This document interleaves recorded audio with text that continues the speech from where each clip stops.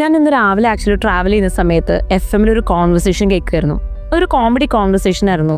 അവർ പറയുന്ന ഒരു ടോപ്പിക് എന്ന് പറയുന്നത് എഡ്യൂക്കേഷൻ ഒരു പുട്ട് പോലെ അത്ര. അപ്പോൾ അവർ പറയുന്നത് തേങ്ങാപ്പേരിടും പുട്ടിടും തേങ്ങാപ്പേരിടും പുട്ടിടും അങ്ങനെ ഒരു കോൺവെർസേഷനാണ്. അപ്പോൾ എന്താണെന്ന് ചോദിക്കുമ്പോൾ അവർ പറയാം എന്തുകൊണ്ട് അങ്ങനെ പറയണമെന്ന് ചോദിക്കുമ്പോൾ അവർ പറയണതാണ് എക്സാമിനേഷൻ കഴിഞ്ഞതിന് ശേഷം കുട്ടികൾ പിന്നെ അതിനെക്കുറിച്ച് ഒന്നും നോക്കില്ല അത്ര.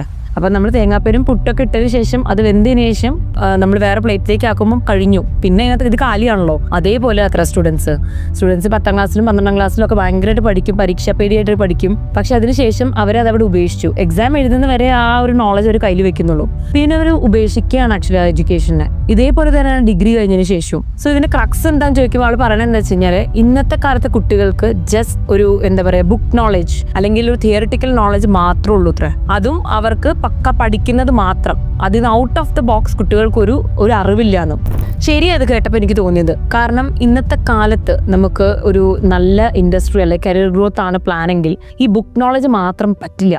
നമുക്ക് ആക്ച്വലി കേസ് സ്റ്റഡീസ് വെച്ച് എങ്ങനെ നമ്മൾ ആ പ്രോബ്ലത്തിൽ സോൾവ് ചെയ്യും, അല്ലെങ്കിൽ കേസ് സ്റ്റഡീസ് വെച്ചിട്ട് എങ്ങനെയാണ് നമ്മൾ അതിനെ അനലൈസ് ചെയ്യേണ്ടത്, അങ്ങനത്തെ പല കാര്യങ്ങൾ പഠിച്ചാൽ മാത്രമേ നല്ലൊരു കരിയർ ഗ്രോത്ത് കിട്ടുള്ളൂ. സോ ഇന്നത്തെ കാലത്ത് നമ്മൾ എല്ലാം എൻ്റെ അടുത്ത് വരുന്ന പല കുട്ടികളോടും ഞാൻ സജസ്റ്റ് ചെയ്യുന്നതെന്ന് പറയുന്നത് out of the box syllabus ഉള്ള കോഴ്സ് എപ്പോഴും സെലക്ട് ചെയ്യുക. പ്രാക്ടിക്കൽ നോളജ് കൂടുതലുള്ള കോഴ്സുകൾ വേണം നമ്മൾ ഇന്നത്തെ കാലത്ത് സെലക്ട് ചെയ്യാൻ. എന്നാൽ കരിയർ ഗ്രോത്ത് നമ്മൾ ഉദ്ദേശിച്ച രീതിയിൽ നമുക്ക് ഉറപ്പുവരുത്താൻ പറ്റുള്ളൂ.